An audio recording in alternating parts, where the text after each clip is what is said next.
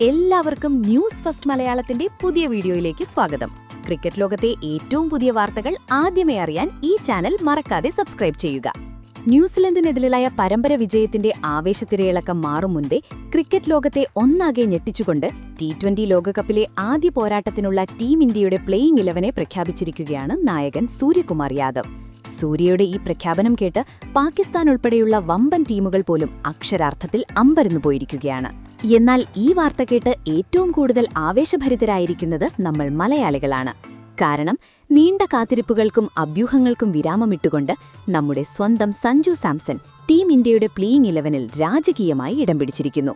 മുംബൈയിലെ വാങ്കഡെ സ്റ്റേഡിയത്തിൽ USA-ക്കെതിരെ ഇന്ത്യ ലോകകപ്പ് പോരാട്ടത്തിനിറങ്ങുമ്പോൾ അത് വെറുമൊരു മത്സരമായിരിക്കില്ല, മറിച്ച് ശത്രുപാരയത്തിൽ ഭയം വിതയ്ക്കുന്ന ഒരു യുദ്ധപ്രഖ്യാപനം തന്നെയായിരിക്കും. സൂര്യകുമാർ യാദവ് തിരഞ്ഞെടുത്ത ഈ പടക്കുതിരകൾ അനുഭവസമ്പത്തും യുവരക്തവും ഒത്തുചേർന്ന ഏത് വമ്പൻ ടീമിനെയും തകർത്തെറിയാൻ എൽപ്പുള്ള ഒരു ഡെഡ്ലി കോമ്പിനേഷനാണ്.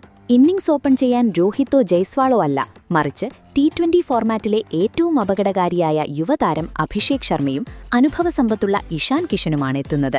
പവർ പ്ലേ ഓവറുകളിൽ ബൌളർമാരുടെ ആത്മവിശ്വാസം തകർക്കാൻ അഭിഷേക് ശർമ്മയുടെ വെടിക്കെട്ട് ബാറ്റിംഗിന് സാധിക്കുമ്പോൾ വിക്കറ്റ് കാത്തുകൊണ്ട് സ്ട്രൈക്ക് റൊട്ടേറ്റ് ചെയ്യാനും മോശം പന്തുകളെ അതിർത്തി കടത്താനും ഇഷാൻ കിഷൻ നൽകുന്ന പിന്തുണ ടീമിന് നൽകുന്ന ബാലൻസ് ചെറുതല്ല.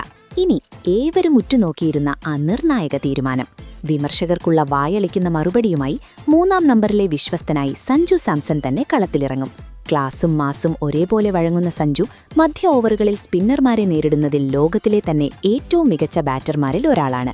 തുടക്കത്തിൽ വിക്കറ്റുകൾ വീണാൽ ഇന്നിംഗ്സ് കെട്ടിപ്പടുക്കാനും മറിച്ചാണെങ്കിൽ ആദ്യ പന്തു മുതൽ ആക്രമിക്കാനും സഞ്ജുവിനുള്ള കഴിവ് സൂര്യകുമാർ യാദവ് എന്ന നായകന് നന്നായി അറിയാം. സഞ്ജുവിന്റെ ഈ തിരിച്ചുവരവ് ടീം ഇന്ത്യയുടെ ബാറ്റിംഗ് ലൈനപ്പിന് നൽകുന്ന കരുത്ത് അപാരമാണ്. സഞ്ജുവിന് തൊട്ടു പിന്നാലെ 4-ാം നമ്പറിൽ നായകൻ സൂര്യകുമാർ യാദവ് തന്നെ എത്തുമ്പോൾ മൈതാനത്തിന്റെ 360 ഡിഗ്രിയിലും റണ്ണൊഴുകും. ഭയമില്ലാത്ത ക്രിക്കറ്റ് എന്ന സൂര്യയുടെ മന്ത്രം നടപ്പിലാക്കാൻ അദ്ദേഹത്തെക്കാൾ മികച്ച മറ്റാരുമില്ല. 5-ാം നമ്പറിൽ ഹാർദിക് പാണ്ഡ്യ എന്ന മാച്ച് വിന്നർ കൂടി ചേരുന്നതോടെ മധ്യനിര ഉരുക്കുകോട്ടയാകും. ബാറ്റിംഗിലും ബൌളിംഗിലും ഫീൽഡിംഗിലും ഹാർദിക് നൽകുന്ന ഊർജ്ജം ടീമിനെ മറ്റൊരു തലത്തിലേക്ക് ഉയർത്തും. ഇവിടെ തീരുന്നില്ല സൂര്യയുടെ സർപ്രൈസുകൾ. സ്പിന്നർമാരെ തലങ്ങും വിലങ്ങും പ്രഹരിക്കാൻ ശിവം ദൂബെയും അവസാന ഓവറുകളിൽ തോൽവി ഉറപ്പിച്ച മത്സരങ്ങൾ പോലും ജയത്തിലേക്ക് തിരിക്കാൻ ഫിനിഷർ റോളിൽ റിങ്കു സിംഗും എത്തുന്നതോടെ ബാറ്റിംഗ് നിര അതിശക്തം. 12 പന്തിൽ 30 റൺസ് വേണമെങ്കിൽ പോലും കൂസലില്ലാതെ അടിക്കാൻ കെൽപ്പുള്ള താരമാണ് റിങ്കു. 8-ാം നമ്പറിൽ ബാറ്റിംഗും ബൌളിംഗും ഒരുപോലെ വഴങ്ങുന്ന അക്സർ പട്ടേൽ കൂടി എത്തുന്നതോടെ ടീമിന്റെ ബാറ്റിംഗ് ഡെപ്ത് കണ്ട് എതിരാളികൾ തലയിൽ കൈവച്ചു പോകും. ബൌളിംഗിലേക്ക് വന്നാൽ പുതിയ പന്തിൽ സ്വിംഗും ബൗൺസും കൊണ്ട് വിസ്മയം തീർക്കാൻ അർഷ്ദീപ് സിംഗും യോർക്കറുകൾ കൊണ്ട് ബാറ്റ്സ്മാൻമാരുടെ പേടി സ്വപ്നമായ ജസ്പ്രീത് ബുംറയും ചേരുമ്പോൾ പേസ് ആക്രമണം തീപ്പൊരിച്ചുതറും. ഒപ്പം വരുൺ ചക്രവർത്തിയുടെ മിസ്റ്ററി സ്പിൻ കൂടി തിരിച്ചെത്തുന്നതോടെ മധ്യ ഓവറുകളിൽ വിക്കറ്റ് വീഴ്ത്തുക ഇന്ത്യയ്ക്ക് എളുപ്പമാകും. ഫെബ്രുവരി 7-ന് വാങ്കഡയിൽ തീ പടരുമ്പോൾ സഞ്ജുവിന്റെ കരുത്തിൽ ഇന്ത്യ വിജയം കൊയ്യുമോ? സൂര്യകുമാർ യാദവിന്റെ ഈ മാസ്റ്റർ പ്ലാൻ ലോകകപ്പ് ഇന്ത്യയിലേക്ക് കൊണ്ടുവരുമോ? കാത്തിരുന്ന് കാണാം. ഇനിയൊരു ചോദ്യം നിങ്ങളോടാണ്. നിങ്ങളുടെ അഭിപ്രായത്തിൽ ഇന്ത്യയുടെ ഏറ്റവും മികച്ച T20 ക്യാപ്റ്റൻ ആരാണ്? ഹാർദിക് പാണ്ഡ്യയോ അതോ സൂര്യകുമാർ യാദവോ?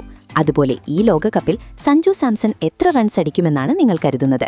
അഭിപ്രായങ്ങൾ താഴെ കമന്റ് ചെയ്യുക. അപ്പോൾ ഇതുപോലത്തെ കൂടുതൽ ക്രിക്കറ്റ് വാർത്തകൾക്കായി ഈ ചാനൽ മറക്കാതെ സബ്സ്ക്രൈബ് ചെയ്യുക.